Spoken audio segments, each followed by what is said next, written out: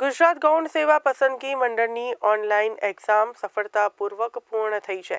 નર્મદા વિભાગના અધિક મદદનીશ ઇજનેરની 192 જગ્યા માટે 10,093 ઉમેદવારોએ ઉમેદવારી નોંધાવી હતી, જેમાં 10,093 ઉમેદવારો પૈકી 6,654 ઉમેદવારો ઓનલાઈન પરીક્ષામાં ઉપસ્થિત રહ્યા હતા.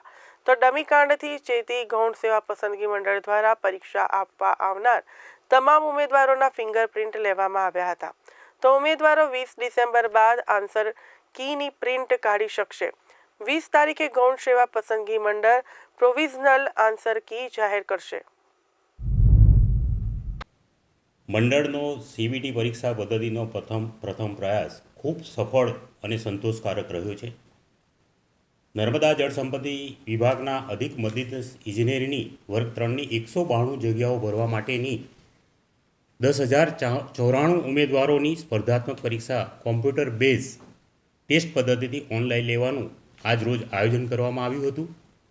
ગુજરાત રાજ્યના 12 શહેરોમાં 37 પરીક્ષા કેન્દ્રો પર 6,654 ઉમેદવારોએ સીવીટી પરીક્ષા આપેલ છે.